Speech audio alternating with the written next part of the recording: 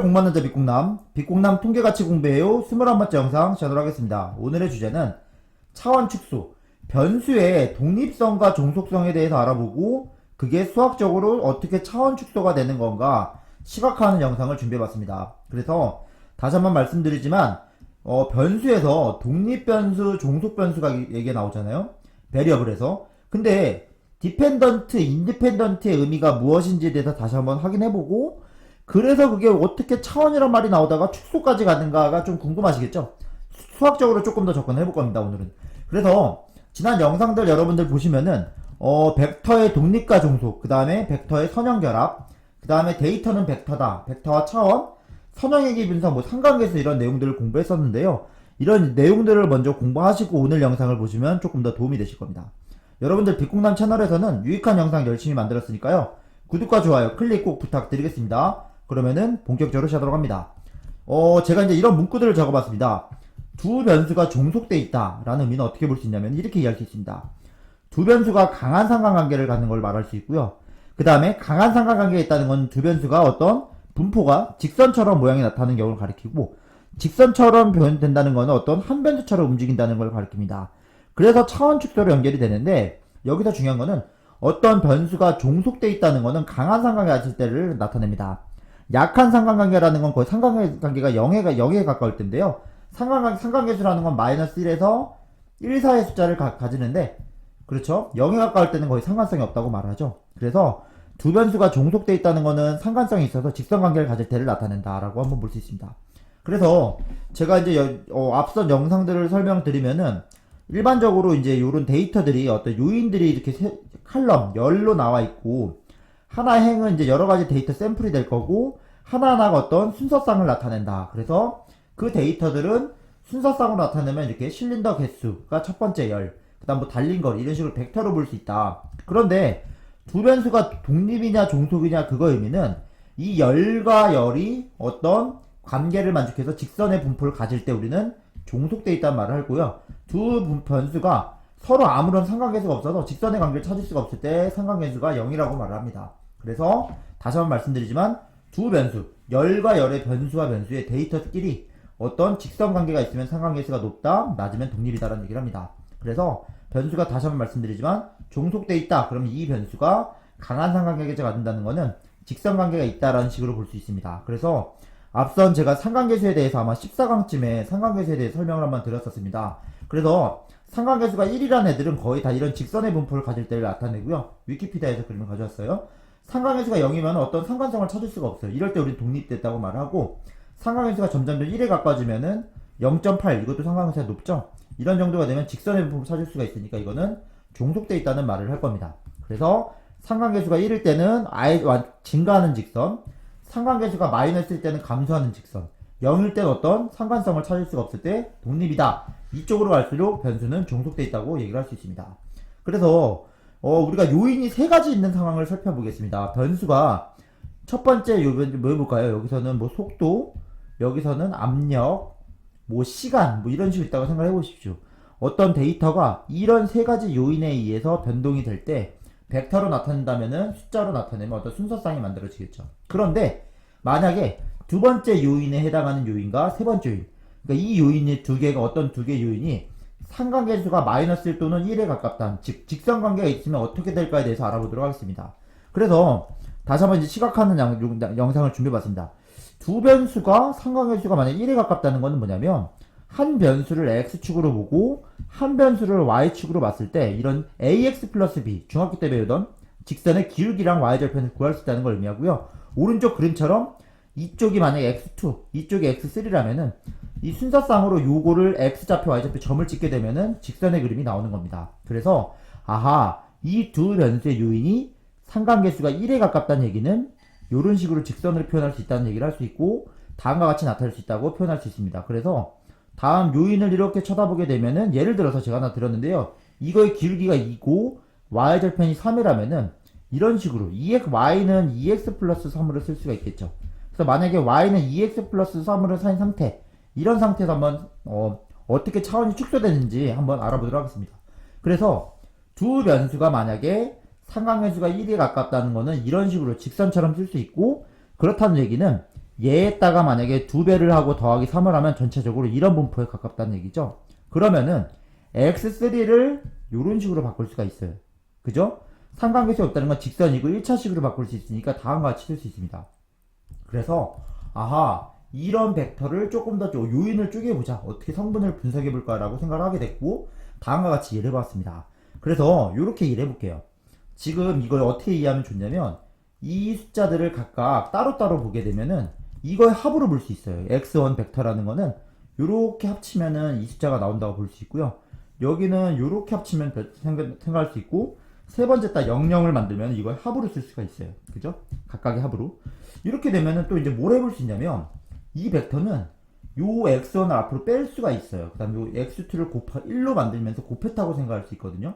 그 다음 마찬가지로 이거는 여기서 상수를 빼고 2를 곱했다고 생각할 수 있습니다. 그래서 한번 그림을 그려봤습니다. 그래서 어떻게 했냐면 먼저 여기서 3이란 숫자, 이 3을 또 옆으로 빼게 되면은 다음과 같이 표현이 될 거고요.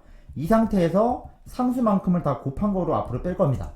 그럼 어떻게 되냐면은 여기는 원래 x1을 이렇게 1로 바꾸면서 곱으로, 여기 1로 바꾸면서 곱, 그러니까 여기를 다시 2로 바꾸면서 곱입니다. 방금 앞에 보면은 이건 002에다 x2를 곱한 거로 쓸 수 있겠죠.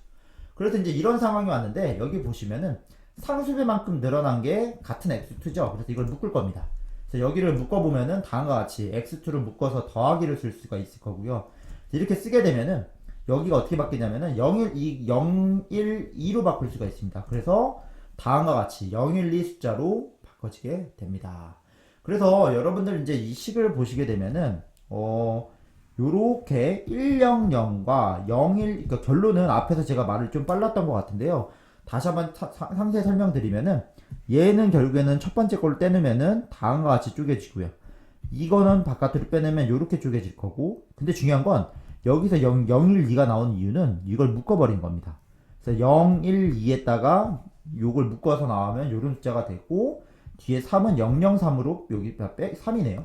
003으로 뺄 수가 있습니다. 여기 숫자가 좀 틀렸습니다. 003으로 쓸 수가 있는데, 이런 상황에서 여러분들 뭘 생각할 수 있냐면은 이 벡터를 늘렸다 줄였다 한 거다. 이 벡터를 늘렸다 줄였다 한 거다. 두 벡터의 덧셈이다. 이건 뭐냐면 지난 영상에서 설명드렸던 벡터 1차 결합이죠.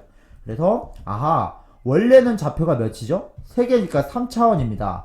3차원에 있는 데이터가 어떤 두 개의 요인에 의해서 결정이 되죠. 이거는 숫자로 결정돼 있고, 그러니까 2차원으로 줄어든 겁니다.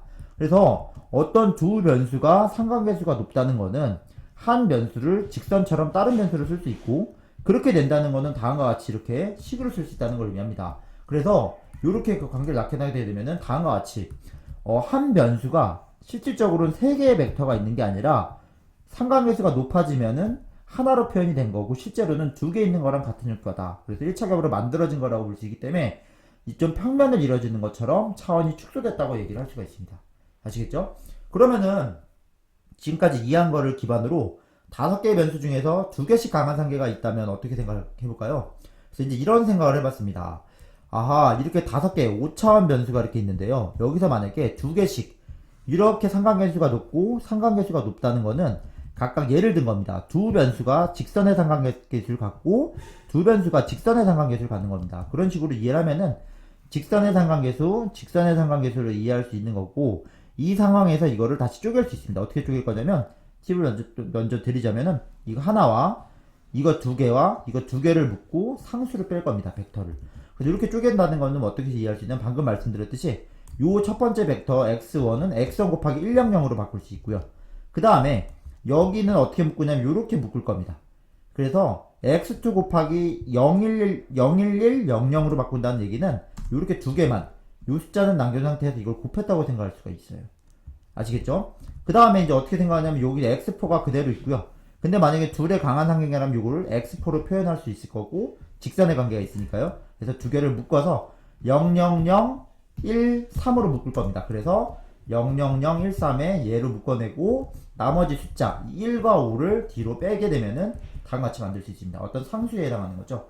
그래서 여러분들 이렇게 놓고 보면은 이제 차원이 줄어든 걸 이해할 수가 있어요. 즉, 두 변수가 상관관계에 있다는 건 이거는 y는 ax 플러스 b, x3가 x2로 표현되니까 차원이 줄어든 효과가 되는 거고, x4가 만약에 직선에 있으면 아까 x5가 직선에 있다는 거는 뭐 몇 x 플러스 몇으로 표현된다는 것 자체가 벌써 이렇게 묶일 수 있다는 게 돼서 실질적으로는 2벡터, 2벡터, 2벡터의 3벡터에 맞는 공간이 되는 거기 때문에 실적으로는 5개의 변수의 요인이 있지만 실질적으로는 3개의 요인이 되는 겁니다. 그래서 어떤 변수 간에 차원 축소가 있다는 개념은 어떻게 얘기할 수 있냐면 상관계수가 있는 변수끼리 묶여서 하나의 변수처럼 움직인다고 말을 할 수 있습니다. 실적으로 그래서 변수가 하나만 두 개가 필요한 게 아니라 한 변수, 한 변수, 한 변수, 즉 3개의 변수가 필요하다. 그게 수학적으로는 3개의 벡터에 의해서 변수가 움직인다고 이해할 수 있고 차원 축소가 일어났다고 얘기를 하는 겁니다. 그래서 이제는 이런 이슈가 있을 수 있어요. 그래서 차원 축소되는 건 아는데 어떻게 데이터의 원본 성질을 보존하면서 차원 축소를 해야 될까? 여기서 이제 차원 축소의 기법에 대해서 등장을 하는 겁니다. 그래서 다시 한번 마지막으로 정리를 합니다. 두 변수가 종속되어 있다는 것은 두 변수가 어떤 강한 상관관계를 가진다는 거고 강한 상관관계라는 건 직선관계가 되는 거고 한 변수처럼 움직인다. 즉 두 개가 묶여서 하나의 변수처럼 움직인다는 의미는 다음과 같이 묶일 수가 있다는 걸 의미하고 하나의 변수가 됐다. 한 묶음이 한 덩어리가 됐다고 이해할 수 있는 겁니다. 그래서 차원 축소라는 거는 여러 개의 변수 중에서 하나의 칼럼들 사이에 상관성이 높은 칼럼들을 찾고 그 요인을 축소해 나가는 과정이 가리킵니다. 그래서 차원 축소의 중요한 이슈 중에 하나는 그렇게 축소할 건데 어떻게 차원을 잡아서 축을 어떻게 잡아야 할 것인가에 대한 얘기를 할 거고 그런 걸 이해할 거면 PC의 기법이라든지 SVD 여러 가지 기법들이 나오는데 여기서는 행렬과 벡터 아마 차원 축소할 때면은 사형 프로젝션에 관한 개념도 이해하고 있으면은 조금 더 이해하는데 도움이 되지 않을까 생각하고 있습니다. 그래서 오늘 내용은 어떤 수학적 관점에서 참가를 해본 거고 이렇게 한번 이해하고 나서 데이터를 바라보면 어떤 수학으로서 볼 수 있다는 생각이 들었고 파이썬 코딩할 때 어떤 넘파이와도 연결이 된다고 생각하고 있습니다. 그래서 오늘 영상 여기까지 유익한 영상 준비해봤고요. 다음 영상에서는 어떤 차원 축소 기법을 하기 위해서 조금 더 수학적인 도움을 드릴 수 있는 부분에 대해서 알아보도록 하겠습니다. 여러분들 긴 영상 시청해주셔서 감사하고요. 다음 영상에서는 좀 더 유익한 영상으로 인사드리겠습니다. 감사합니다.